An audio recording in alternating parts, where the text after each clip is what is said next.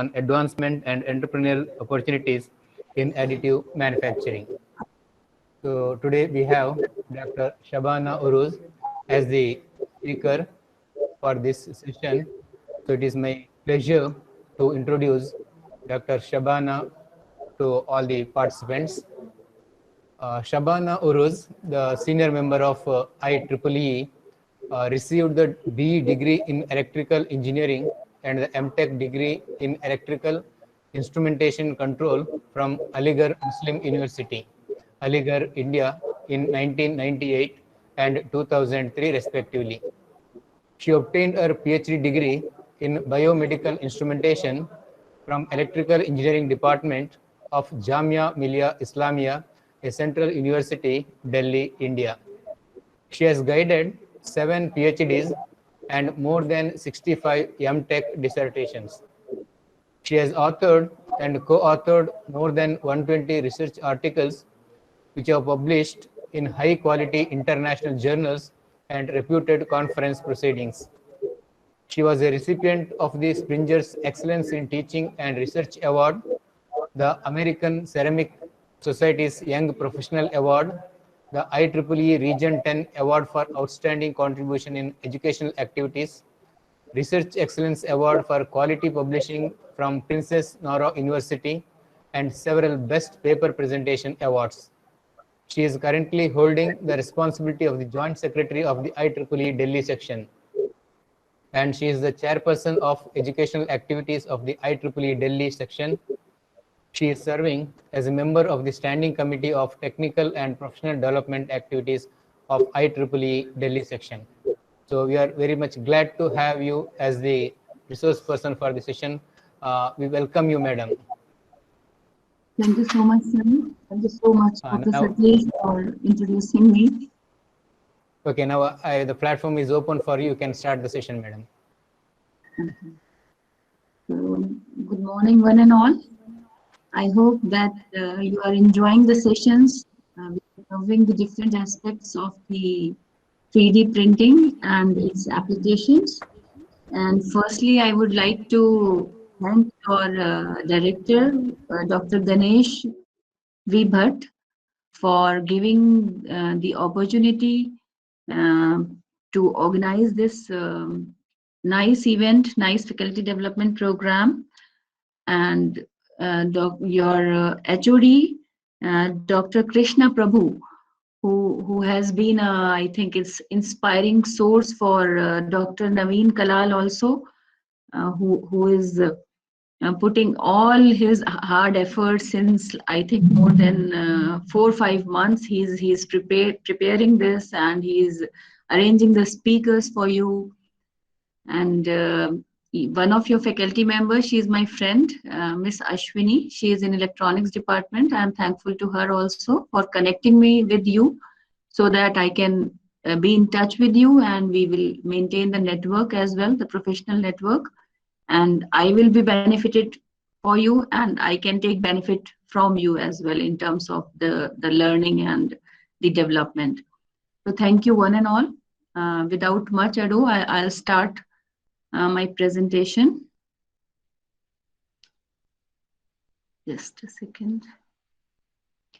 If there will be a signal trouble, I will switch off my camera. If you don't have any problem, my voice will remain clear, I think, better in that way. Okay, madam.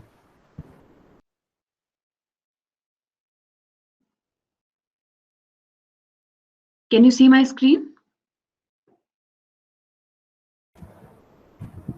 Yes, madam. Yes, madam. Yeah, please go to slideshow, madam.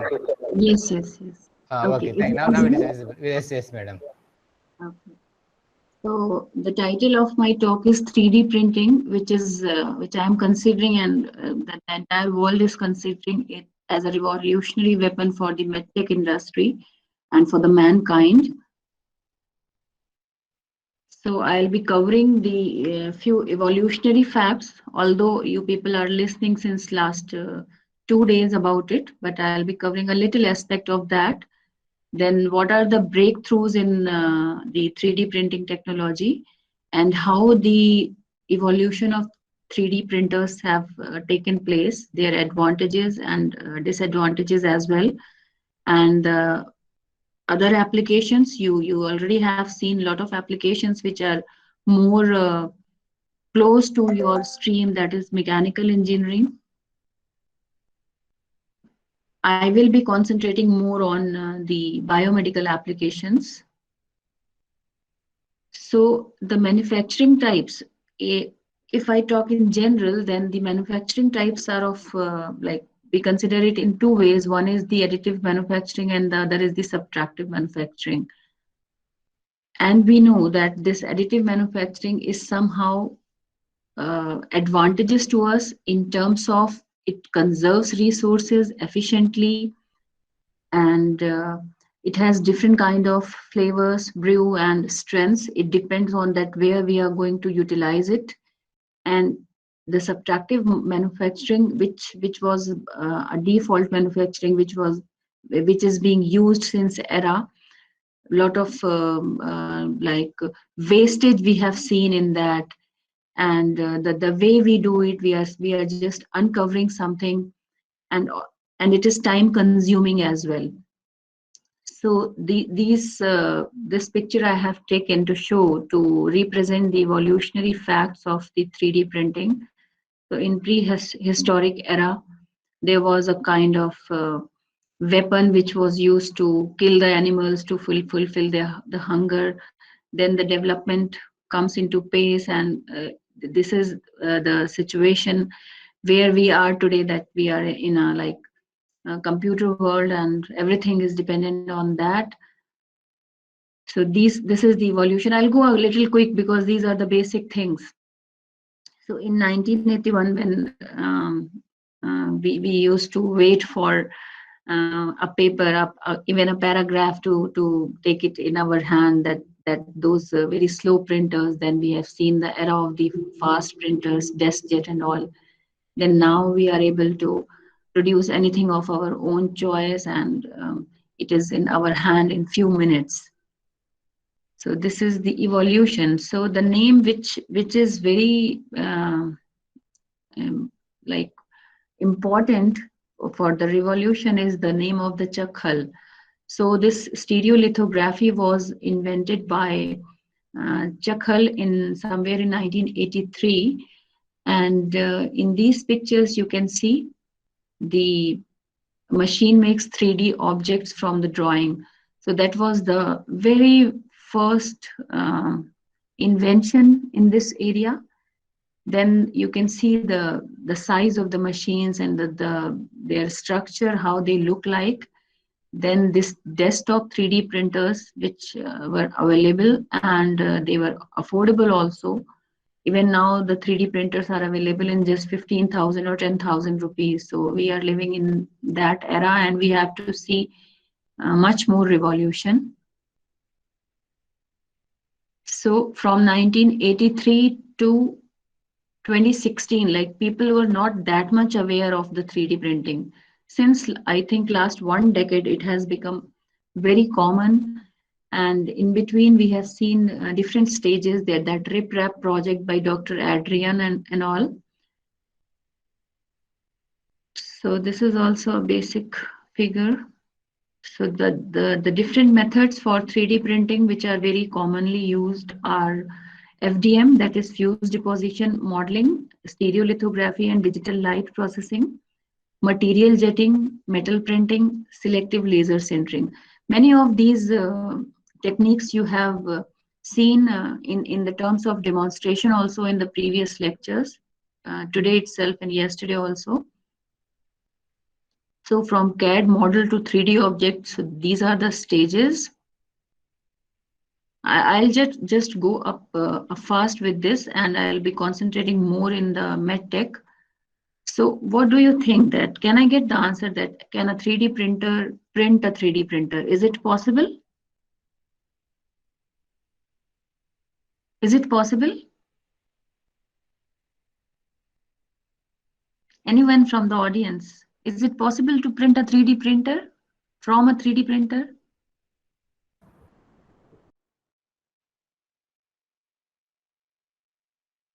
Anyone? I think it is yes. Yes, ma'am, it is possible. Yes. Yes, it is possible. That RIPRAP project was based on this only. So this was the RIPRAP project. It was first initiated by these great scientists. So they have like reproduced one more printer. They purchased one printer and then they produced one more, printed one more printer from that. So this is the RIPRAP project, which was very evolutionary. So the applications of 3D printing, you have seen that engineering 3D projects, then mechanical engineering based projects exclusively, then in electrical and power system. Also, it has a major role, architectural model, civil engineering, and many more. It is going actually beyond our imaginations. So as per the IEEE, this is very important for me to tell you as a teacher, and if you can convey to your students that as per the survey of IEEE in December 2019, they have given a statement that the 35% of the engineering jobs would be requiring the 3D printing skills. So we have to plan in a way, we have to think in a way that how we should work so that our country and our surroundings should also grow and like make their place in 3D printing revolution and 3D printing research and industry. So these are the major basic applications under the medical technology. That is the major biomed applications. In surgical planning, it is used in a great deal. Then in prosthetics and medical education and training, medical research, organ printing, drug delivery. Dr. Naveen, how much time I have? Just a second. You are having 1 you are having time. You can go ahead. 1 hour? Yes, ma'am. Okay, just 1 hour. Yes. Okay. You can go till 1 p.m. You can take 1 hour 15 minutes, madam. In India, it is 11:42. Okay. Yes. You can take up to 1 p.m. Okay. So I have enough time. So this is a recommended video. I'll be sharing my slides with you so that you can watch them, because I have selected few necessary video which is going to enhance the like your knowledge in terms of the further research. So in tissue engineering, if I talk about from actual to mimic, then it is an interdisciplinary field that applies the principle of engineering and life sciences toward the development of tissue substitutes. And it is being used for the cartilage, bone, engineered skins, blood vessels, skeletal muscles, bladder, trachea, myocardium. Here I have given an example of, I have chosen this Dr. Anthony Atala's invention. I will show a video if the time allows me, that how beautifully this bladder has been 3D printed bladder was printed and transplanted into a little boy, and it's very successful. It's very successful. So these are the biofabrication of living structures. So from the skin grafts to the bone to the skull, it is possible to use the 3D printing technique. The basic 3D bioprinter, you can see. So the phases in the 3D bioprinting, I have broken it. They are broken into 3 stages. The first is the pre-processing, second is processing, and the third is post-processing. So in pre-processing, what happens actually, with the help of bioimaging and CAD, the blueprint is produced. Then this blueprint goes to a bioprinter with the help of bioink and biopaper. Actually, these terms are the standard terms, and they will be keep on changing as per the application of what type of cells, what type of grafts we are going to print with the bioprinter. Then these maturogens and biomonitoring has to be done. This is the post-processing in which we can treat it in chemical or with some UV rays, or maybe with respect to time, they can be cultured. So these are the three major steps when it comes to the bioprinting. So the components for the bioprinting are the cells, which is the bioink, then some hydrogels, and we need to have a bioprinter. Then bioprinted tissue organ will be ready. So it depends that what kind of organ we are going to print. These hydrogels and cells will be replaced accordingly. So this is the process of creating a bioink. The cells are being taken from the patient itself, so that the problem of settlement should not be there, and the body should grab and grasp the that particular organ without any side effect and without any later effects. And these cells basically are sourced from the patient biopsies or stem cells, and then they are grown by using standard methods and techniques. Then they are cultured. Culturing means that we have to increase their number and we have to multiply them. And in the third stage, it is these cultured cells are being given the form of a bioink, and when enough cells are there, then it is being passed from the nozzle of the printer. Obviously, there is a lot of ifs and buts, and like designing aspects are involved. Then these are formed into spheroids, loaded into the cartilage, and then the bioink is created. And according to the viscosity and the other vital parameters of this bioink, depending on the organ or the tissue or the what should I say, the layer to be printed, the skin graft to be printed, the things are adjusted. So in whole way, you can see this hydrogel and bioink. Then there are two nozzles in this particular printer, in this standard bioprinter. Then this layer by layer printing of the like desired organ, and then the maturation is done. So these are the stages. So now I would like to talk about some research of some researches which are evolutionary in bioprinting. In 1983, in fact, we have seen that the Chuck Hull invented stereolithography. Then you must have heard the name of Dr. Gabor Forgax, who are working in the area of 3D printing. In 1996, actually, this fellow observed that the cell sticks together during the embryonic development. So this observation is the key role for the bioprinting of lot many organs and lot many applications of the bioprinting. Then in 2000, the urinary bladder augmentation using a synthetic scaffold seeded with patient's own cell was successful. How many of you know that what a scaffold is?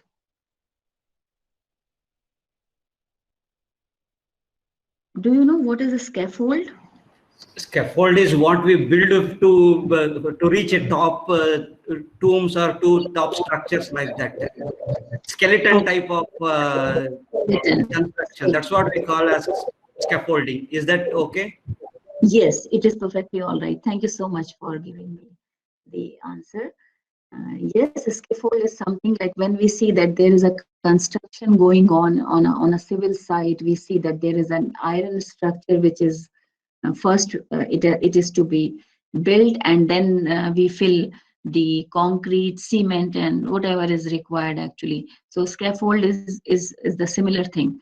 So this scaffold is very important in terms of the medical applications, because if we are going to put something into the human body or in any animal's body, then these scaffolds should be very strong enough. they should not decay with time. If we are not taking care of that, so this scaffold research is actually a wide and a disseminating field in the area of the bioprinting. So lot of papers, lot of research papers you will find for the designing of scaffolds. In fact, one of my friends, she is working on the liver of mice and designing the scaffold for that. So initially they used some silk. They have some collaboration with IIT Delhi, I guess, and they are still working on it. Then in 2003, there was another revolution in the bio printers. That was in the Thomas Bulland's lab. They modified an inkjet printer to accommodate and dispense the cells in the scaffold. So it is another revolutionary work which can be seen in this research paper, which was published in 2003. Then this Organevo, it is a big name in bioprinting actually, this Organevo. Organevo is a company which was founded by Dr. Gabor Forgax. They create a Novogen MMX bioprinter using Forgax technology. I'll explain this Forgax technology later. Then Organevo print the first human blood vessel without the use of scaffold. So this is another revolution in 2010 we have seen. So the fear of decaying of scaffolds and other parameters of compatibility are not that significant. So this is another revolutionary paper. Here I have chosen all the important and revolutionary papers which will give you the idea of the major turnarounds in the 3D printing. So in 2011, there is another good thing which happened, that is Organevo developed 3D bioprinted disease models made from the human cells. Then in 2015, this paper, Lode et al. Fabricated photosynthetic algae-laden hydrogel scaffolds. So this is actually why I have chosen it, why I have taken it, because the growth rate was amazing in this as compared to the previous researchers. With the help of photosynthesis, the growth rate of these leaden hydrogel scaffolds was tremendous. Then in 2016, this was another paper. They created a personalized brain model for neurosurgical training by 3D printing. So it is somehow, it is very helpful for making medical practitioners and for implementing their ideas in a way and to do better medical research. It is another interesting read. It is a kind of review paper which is talking about a lot of applications of the 3D printing. So this is another paper. I have given the details for this. So these are the recommended read and must watch videos. Few I want to play for you. This is the first one I wish to play. I think it is small.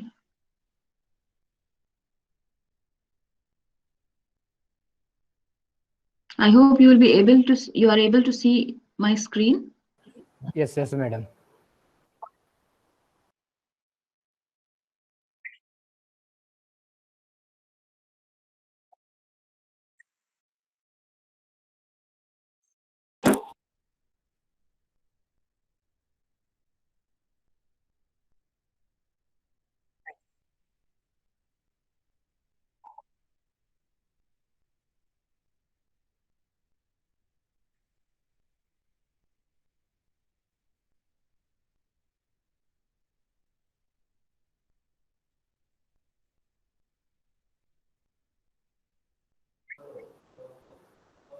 Madam, audio of that video is not audible.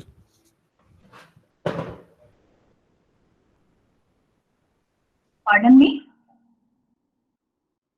Hello, sir, is it okay? Audio of the video, what you are playing, it's not audible. You are audible, but audio of the video is not audible. Oh my God. But how to make it audible, sir? Actually, the sound is full. Full, but here not audible. I think you two don't have any idea. It's okay, madam. Continue, madam. Instead you can explain, madam. You can explain. Okay, okay, fine. You mute the audio of the video and you can explain, madam. This is talking about the part which is produced by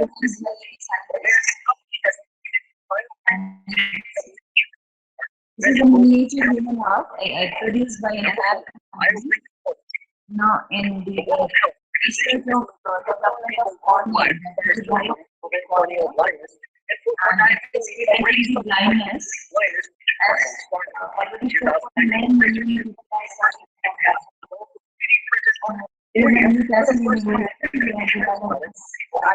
cornea.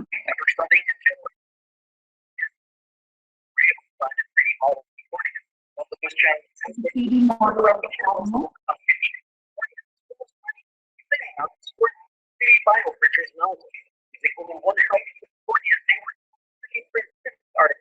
the help of just one human cornea, they were able to print human cornea.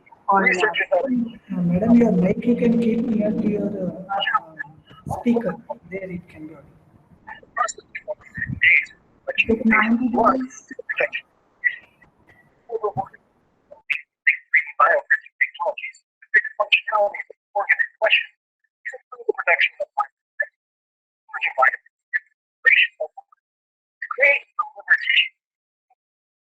They have incorporated the secretion of bile and the functioning of liver and everything.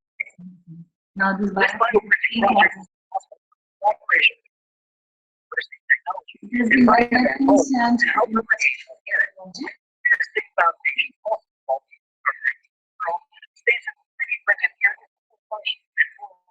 yes, in lot of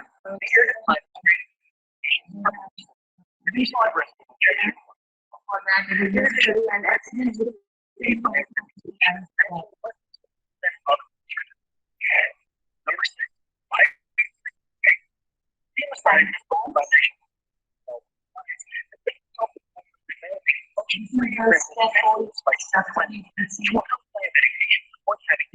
for diabetic patients minimizing the risk of taking the insulin and wants that.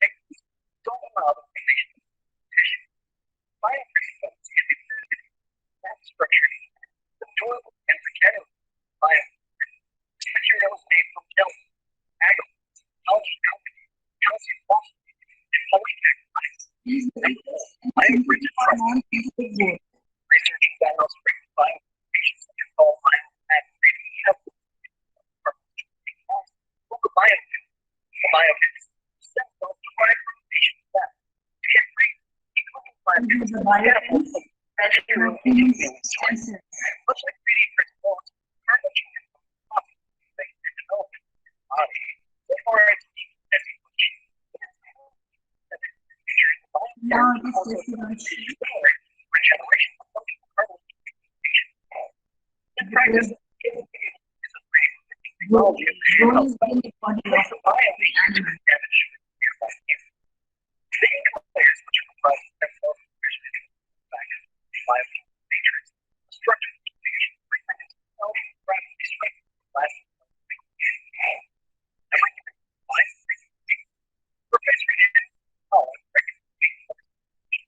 I was talking about Professor Anthony Atala produced the bladder from the for 15 to 16 years.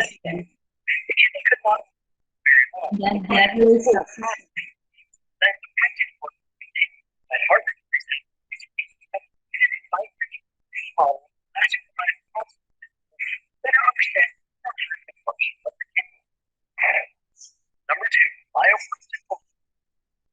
Another revolution.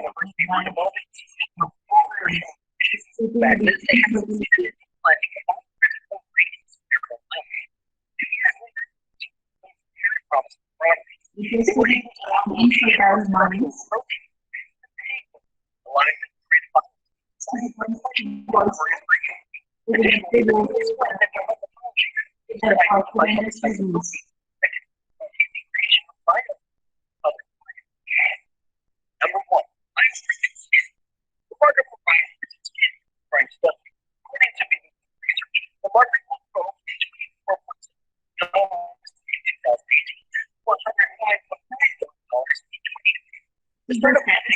Growth of market.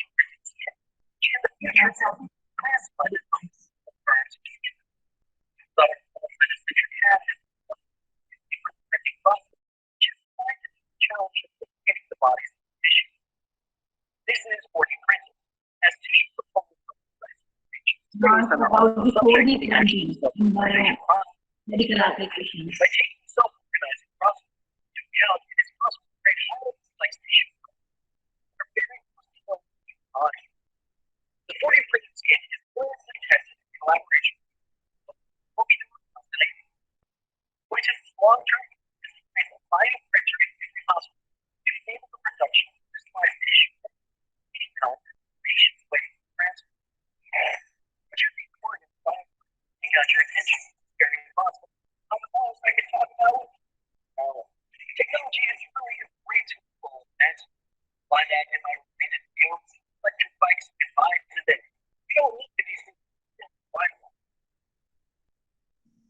Okay, I'm really sorry that you are not able to listen to the video. Otherwise, it is very interesting because it is very fast, so it's difficult for me to catch up. Can you hear me? Am I audible? Yes, madam. It's okay. It's okay. Yes, madam. Continue.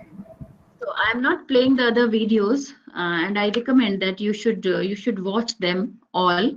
And here here is the link of the TEDx talk of Dr. Anthony Atala, and it is his ORCID ID. So if you see that all the papers you will get, all the research papers you'll be getting with this ORCID ID, and this is something he's doing something amazing by printing the bio printed organs, which are giving life to the patients who has just lost their hope to even survive. So this is another video. This I have already run. This is another video which you can watch, and this is an interesting read. This is just the latest one revealed before 2 weeks. So this is another interesting read related to the organ transplant.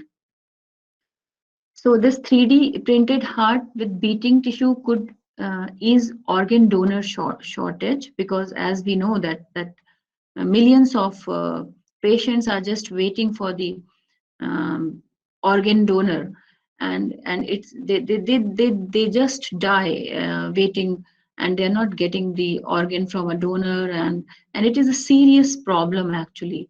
So the scientists at Harvard University developed a new technique in which they uses living human cells to print functional heart tissue for an artificial heart. So this is another amazing revolutionary fact about the 3D bioprinting. I would like to run this video because it is, I think, without sound. It's a small one.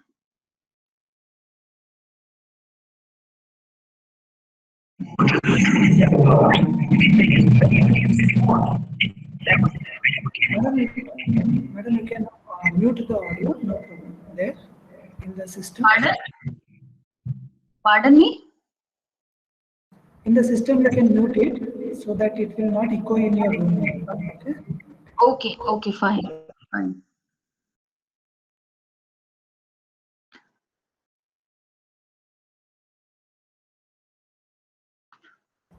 You can add your voice to that. Yes, yes, the list of transplants, like the patients need kidneys, hearts, livers, but we are not able to produce it, and it's a failure actually. We are not getting the donors. So in terms of the research in heart, this bioprinting is giving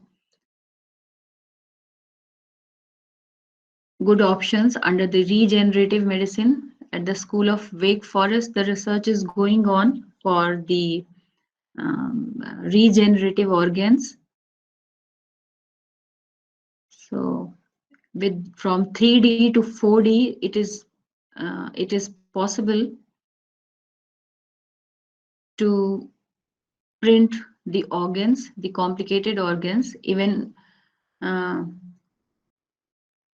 the research related on the lungs is still going on, because lungs have very complex tissues. So it's not possible till now to produce an artificial lung that is made up of alveoli, and that is very complex in its structure. So these are the single cell type, and these are the multiple cell types. Then a meniscus can be produced, which is required in between the two bones of our knee joint to avoid the scratching of those bones. Then chondrocytes are being taken from the human cells, and then they are treated, and then they are inserted into the leg. How these are produced actually? So that is called extrusion bioprinting. They produce it, and bioink gets loaded. That this bioink is being prepared with the help of the human cell, which is being taken from that meniscus, and its speed is 400 microns. Then it produces a filament, and the shape of that meniscus has been given. It could be either in a 3D environment, or it could be in a chemical as well. It depends. Then the meniscus would be ready for around 30 minutes. This meniscus will be exposed to the UV lights or additional chemical or some physical process. It depends on the structure and adaptability of that particular organ. Then the synthesis of tissue, and this meniscus is set into the human. So not only this meniscus, lot of jaws and other organs can also be produced. These are the lung cells. So at present, the more emphasis in the 3D bioprinting is on the kidney.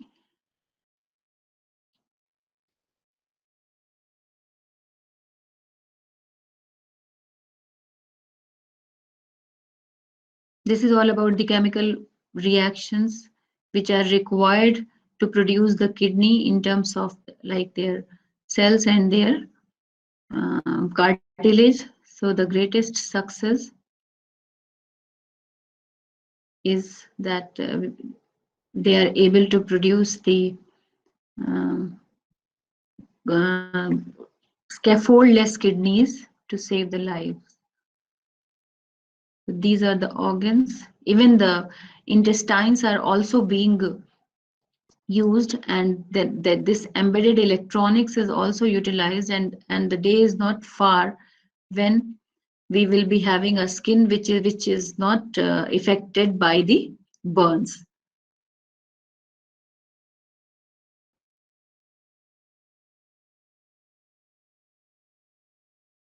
Okay, so this ends the video. I'm coming back to the presentation. So here you can see the current progress. You have already seen that the skin grafts are already there, which can be used on the disaster sites, and instantly wherever there is a burn on the skin, it is sensed, and the 3D printed skin graft is just ready to replace that particular burn area if it is a 3rd degree or a chronic burn. Then in terms of bones, those print scaffolds with ceramic or titanium powder uh, are ready to be used, and they need just 1 day incubation in culture of human stem cells, and the repair of complex fractures in accident survivors can easily be obtained. Then in drug testing also, we have seen the market value increasing from $1.2 billion to make a new drug in 12 years, and that was not easy actually. So just 1 in 5,000 has a chance to make it to the market, but 3D printing uh, of the organs made it possible to increase this number as well. Then ear, that is the 250 micrometer cell and collagen from the rat tail, make human ear in 15 minutes.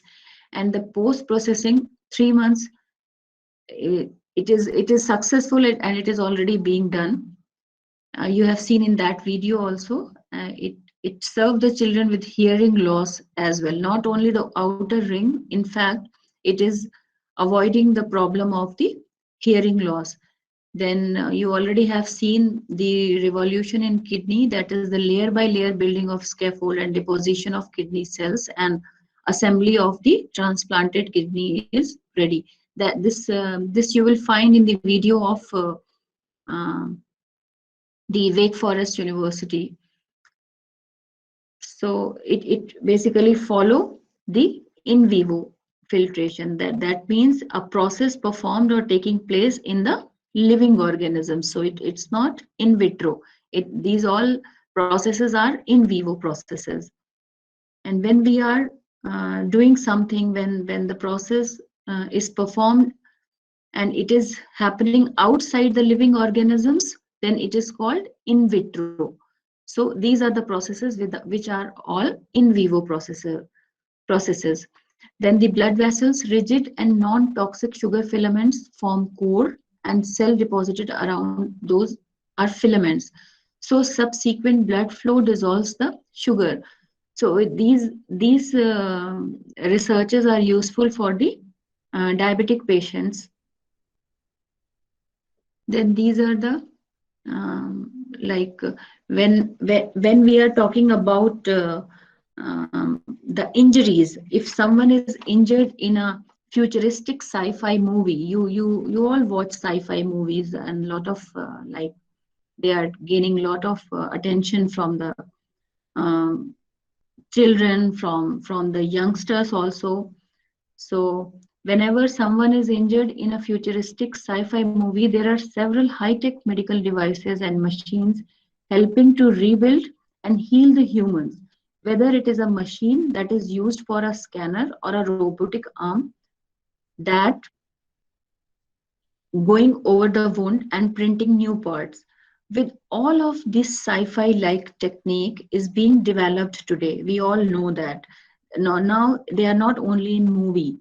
So there are already 3D bioprinter that use bioink, which is made up of human cells, which means something biological such as bone, cartilage, can be printed now.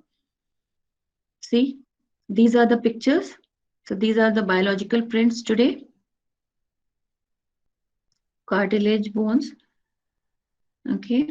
Then 3D printed titanium is already being used to replace human parts, and next gen prosthetics can also be hooked up to the internet. So they can be connected with the embedded electronics. You see, this is the name of a company, Next Gen Prosthetics. One of the prosthetic arm could download a program even to play the song on a piano. You can see in this picture. And soon the day is not far that soon we will see that the prosthetic that will give human super strength and speed as well in terms of performing their work. So 3D printed parts and robotic prosthetics become more human, and humans are becoming more artificial. We can say that. It's not difficult to say that. Then will we have to change the definition of world to be human? Yes, by saying this, that the prosthetic becomes more human and human becomes more artificial. Yes, it is possible. So there is another company that is called Venture City. So they are working on 3D printing humans, and they are printing computer interfacing devices. So the another company which is called Neuralink, it is showcasing a lot of updates and how they are measuring the brain activity in pigs. And the tests are going on human as well, and they are able to solve the brain and spinal problems, and they are using brain to computer interfacing devices. This is something that can be done you know about do it yourself, that is DIY. And on basic levels, the university students who are doing research in that, they are performing these tasks themselves. So they are taking help of the 3D printers in terms of implementing this brain computer interfacing. There is another company that is called OpenBCI. It is also an open source brain to computer interface that anyone can 3D print and build at home. So the structure is 3D printed and embedded electronics actually. So the combo of the 3D printing and embedded electronics, and this kind of EEG can measure basic things like concentration, attention, along with the eye and the facial movement. So this is another revolution. Then if I talk about the prosthetics, then it is one of the more common areas when it comes to a 3D printed human parts, when we talk about the 3D printed human parts. So today, they are getting more advanced and high tech. There is a company that is called Open Bionics. It creates prosthetic using 3D printing. This hero arm, which is produced by the Open Bionics, and it is basically another response to the users' muscles, and they are using the electrodes which are placed on the skin, and it can detect the voltage generated when someone flexes their muscles, and this allows actually allows somebody to control the movements of their robotic arm. And since it is a 3D printed arm, it makes it simpler to get different designs, and children can get new arm printed as they grow, because the size will be changed as per their growth. So this is another very interesting part which this Open Bionics is doing. Then there is another company that is called U-Bionic. They are also 3D prints prosthetic arms which are similar to Open Bionics, but they are also printing the augmented arms. So it is more clear to the augmented reality. That is very important, and this artificial intelligence and all neural part is also incorporated with that. So this company basically sells the materials and instructions for a user to 3D print and build their own robotic limbs and human extensions, adding to the ways human can control robot. So the company is developing more advanced ways of controlling the devices, such as using the electrical activity from the brain. There are 3D printed arms that are open source, and they are made available by a company that the name of that company is Enable. So this means that anyone across the world is able to take the measurement of a child's arm, and there is a huge team of volunteers who are working on it, and they take the measurement of the child arm and plug the measurement into the computer, and it will adjust the size of a 3D model, making it ready to print. So here you can see that the volunteers are based in over, I think, 100 countries, and they are ready to work on 3D printing and assembling 3D printed arms under this particular project, under this particular initiative. And enables arms are designed for people who have working elbow, who have a working elbow or a wrist, and it allows them to control the arm by bending their elbow or wrist, making a 3D printed hand open or close. You can see here. Hands are the main focus within this prosthetic development, because working hands allow people to do their like day-to-day essential tasks. And if a child is missing both hands, is unable to feed themselves, but by bending their elbow, by using these technologies, by bending their elbow, they can open or close the hand to feed themselves with a spoon. So this Naked Prosthetics, it is another company which has created finger prosthetics, and they are made up of 3D printed stainless steel and a nylon polymer along with that for the flexibility. And they are customizing. Basically, these prosthetics can be customized by adjusting the need of the fingers to be adjusted. So they are specifically designed for the specific type of injuries. So what do you think that what about the 3D printed human parts to connect to the internet, basically, and to make them more smarter? So there is another Italian startup that is called Rejoint, and they are building cobalt and chrome knee replacements. So it would be possible, I guess, that could we soon see the prosthetics that allows human to upgrade themselves better than before. So we have already seen that the 3D printing and advanced materials, 3D printed parts for humans are starting to reach natural levels of their performance by using this all these embedded electronics and connecting them to internet.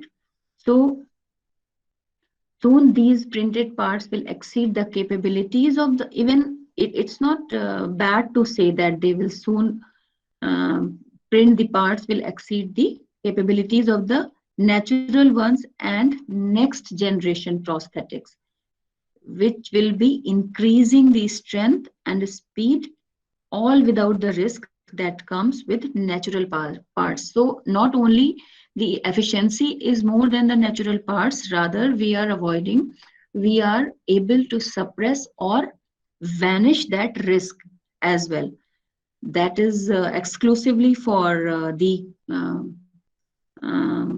some injuries, or maybe it could be some disease based, like the cancers. So it is not too distant that in future we may see people volunteering to have their limbs amputated or organs replaced with longer lasting, more advanced version.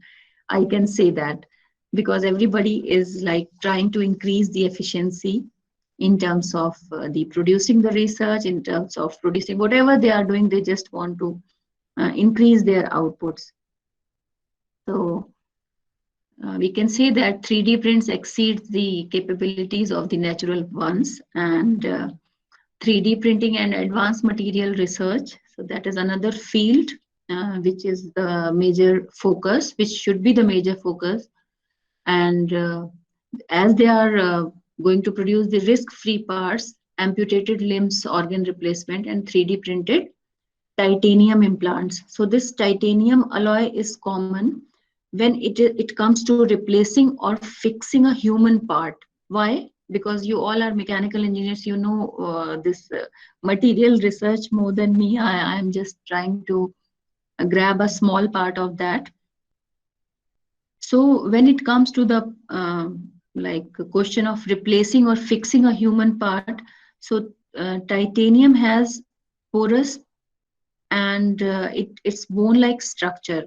So this leads to artificial titanium bone which act much like a natural bone, which may never need replacement. So that is another important aspect, that this titanium bone may not need replacement. So there are already 3D printed titanium implants which are used for the spinal conditions, helping to prevent the paralysis. And this can be seen from a company named what was the name of that company? And that is called Emerging Implants Technology. So this can be seen from that they are producing the bone implants and traditional bone implants, including the knee and hip replacement. So these are the titanium ribs or titanium rib cages. And patients around the world, you can see there is a picture I have chosen. It is from the St. George Hospital, UK, and people have the access even to the rib cages. So from the patients around the world are just starting to get the access of titanium 3D printed rib cages. If a patient has a tumor in the chest wall, suppose this is the X-ray I have taken from a research paper, then it could require that the chest wall and or the ribs be removed, leaving the vital organs unprotected. So it is this in those situations it is very necessary. So the 3D printed titanium sternum and rib implants then protects the vital organs again. So the life of the patient can be saved. So these are the research papers I have taken. But why I am like showing this to you, that I am doing some collaborated research with Indian Spinal Injury Center. One of my PhD student is working there, but he is not working on the artificial or material research. He is working in a different zone that is called bioimpedance analysis, that is for the spinal injured patients. So these are the exclusive evolutions in this particular area. So the replacements are made up with a mixture of titanium and any other polymer as well. So these polymer materials are commonly in the form of the plastics, and this case the polymer provides flexibility, you know, and while the titanium gives them the strength. So this combo is successful, and a lot of products are available in that. This is the picture of a congress in which this you can see that these are the demonstrations. I think the video for this Exovit, the name of this company is Exovit, is also available on the internet, although I have not pasted the link here. So I have already shown you that in UK, that St. George Hospital patients now have the access. Then you can see the bioprinting and biofabrication. It uses 3D prints tissues and other structures which are being done with the newest bioprinter, which has 6 printing heads. So now we have the availability of printers which has 6 printing heads is available. So it is reducing the need of animals for the clinical trials, and this jawbone reconstruction is also possible. And over 2 million people worldwide need bone graft every day. Can you imagine that how important it is?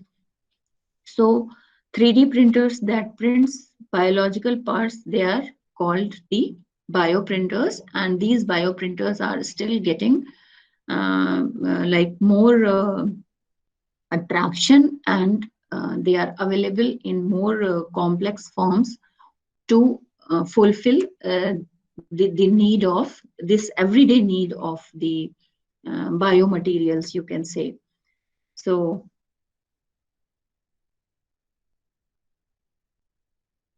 you can see that the bioprinting can also used for the tissue repair, reducing the animal trials, and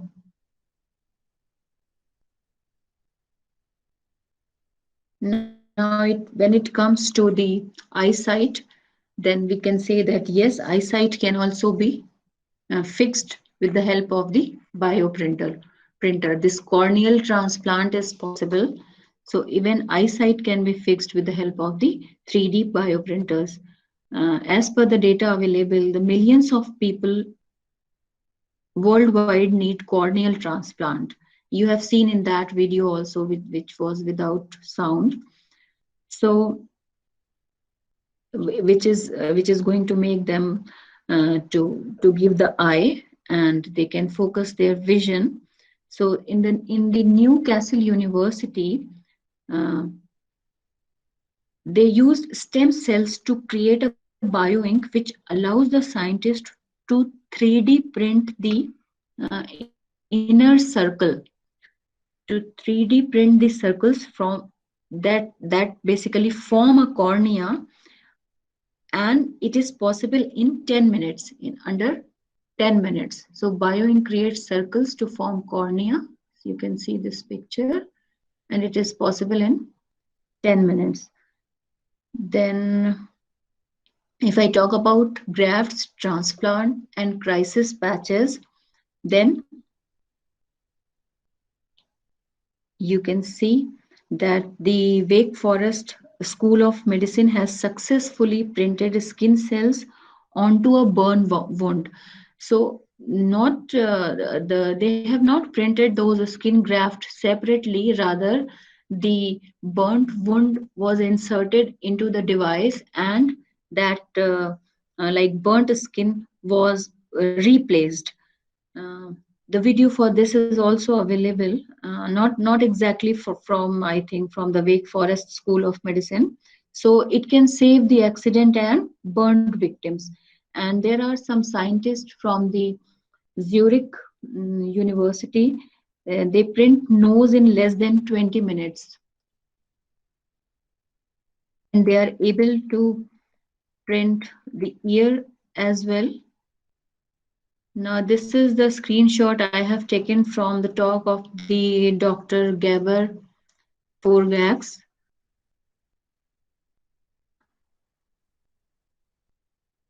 So what you think that what is the future hold for our brain?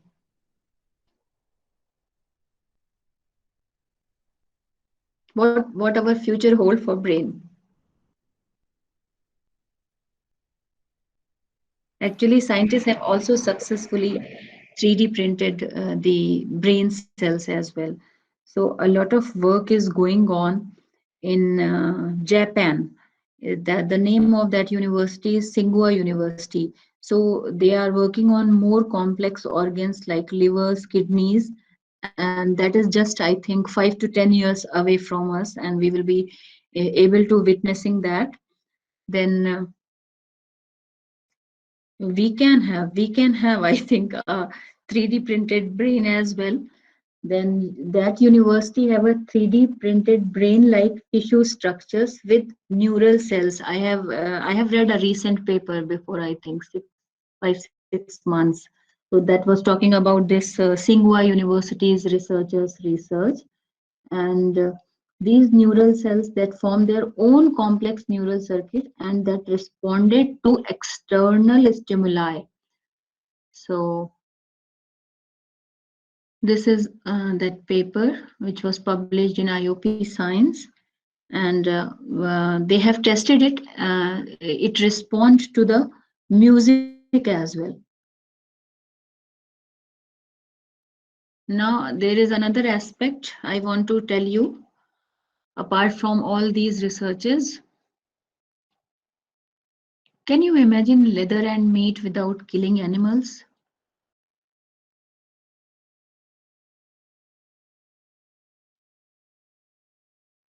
Tell me yes or no. Can you imagine?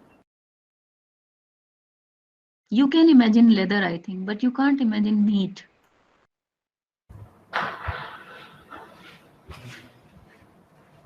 No. Can you hear me? Am I audible? Yes, madam. Yes, madam. Okay. So is it possible to have artificial meat? The way in which the entire your entire presentation has made me to feel even that also. I don't know. Just I fear that if all the malfunctioning body parts are getting replaced, if they get replaced by these 3D printed parts, Yes. even meat is also quite possible. I think so. Meat is very easy actually. Meat is very easy, sir. So in 2013, it is already happening. Ma'am, is it from the vegetable waste they have produced meat? Is that what you're talking about? No, not from the vegetable meat. It will be meat actually. Meat will be meat because if they are taking the cells from the animal, like if you want to produce chicken, if you want to produce the meat of beef, if you want to produce the meat of pork, then you have to take the cells from a pig, and then they grow it, and I will send you a video also related to that, or you can search on the internet Dr. Gaber for Gax, that Organevo lab. So they have opened a new company that is called Modern Meadows. So in UK 2013 it was possible to produce the meat, and now the hamburgers and those slices are available, and few restaurants are also using that. So if I talk about the predictions, then 7 billion people at present, and we have 60 billion land animals, and still the need is not fulfilling in that way in terms of economy and all. Then if we are predicting for 2050, then 10 billion people, then we need to have more land animals. So to avoid that, these two father and son, they have given revolutionary steps into the 3D printed meat and leather. So you can see this is the Forgax technology. So these are the two companies, Organevo and Modern Meadow. So they take the source cell from the animal, and then the cell growth has been done. Then the sheets are grown. Then the layering of the sheets are done. Then the process, it depends. It could be a chemical or it could be a environmental process as well. Tan hide, then dye and finish, and you can see the leather products are ready. So the leather is being like it is going to give you the feel of the leather, which are made up of a cow skin. Even if you are going to imitate it with a crocodile, it is possible. Then in case of meat, isolate and grow cells like this from the flesh part of the animal. Then they multiply the cells. That is called culturing. Then assembly of the muscle units are being done with the high class bioprinters, and then combining the muscle unit into meat tissue structures, and this is something amazing. Enhance flavor, iron and vitamins.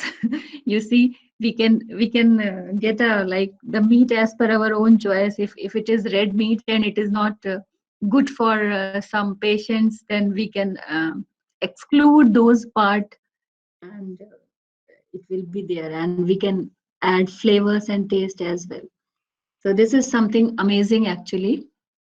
And whatever videos I have suggested in my presentation, I would like you to please see those videos. They are very interesting actually.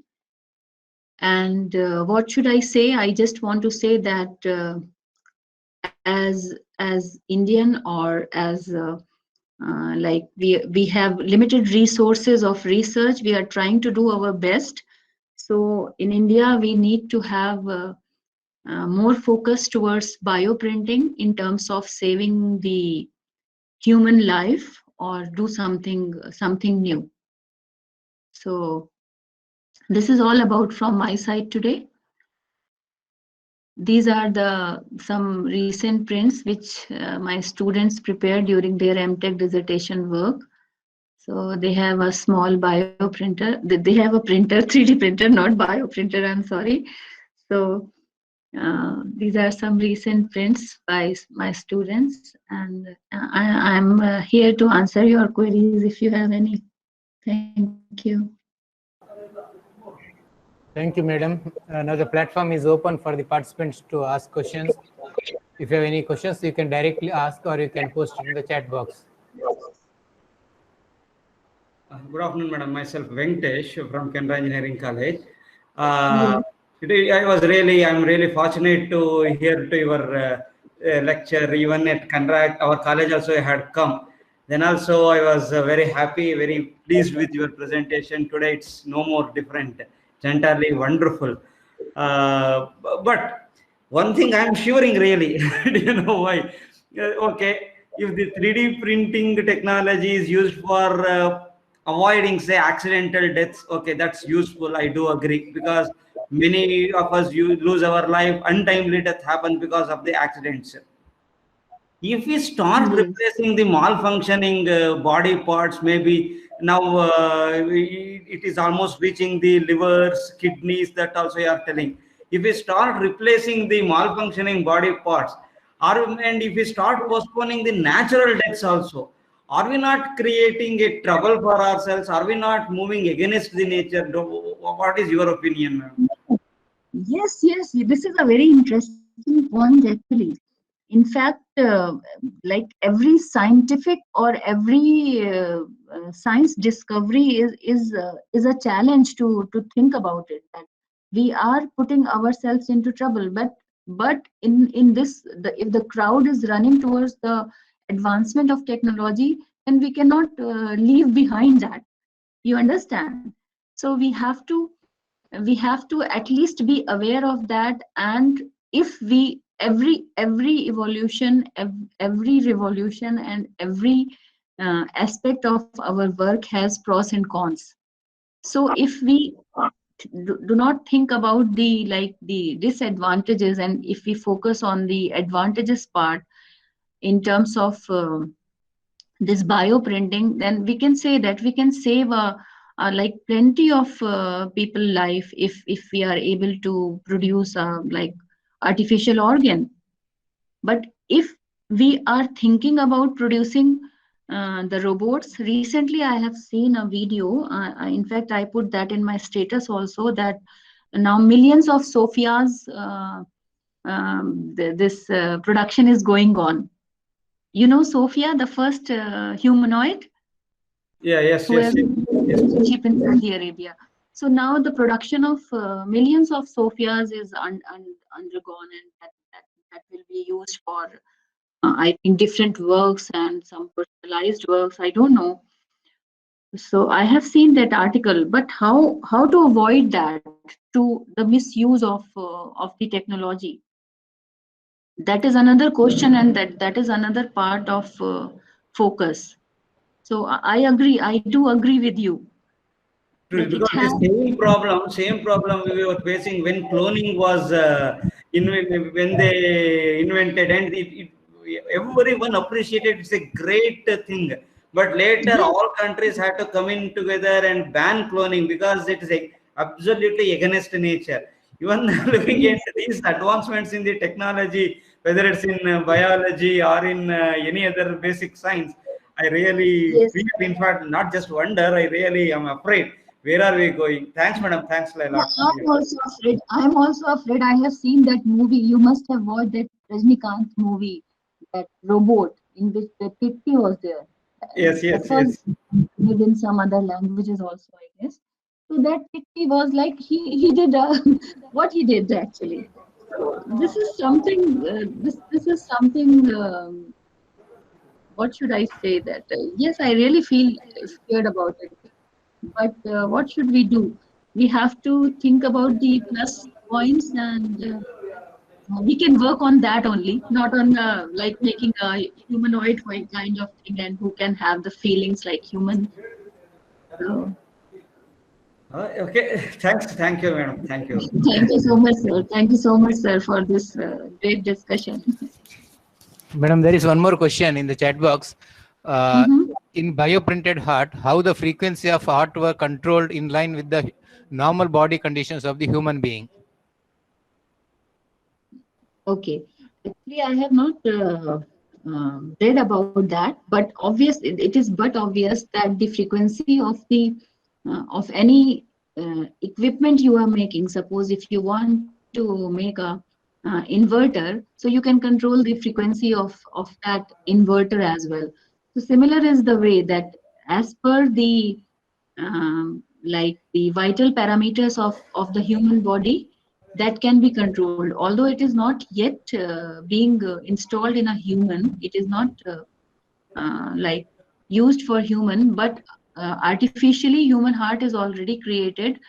As this human heart actually, it has nothing to do with the chemical concentrations, like other body parts, like your kidney, liver, they have some chemical secretions also, whereas heart is a little different in that way. The heart is something which is just working on the mechanical aspects, you understand.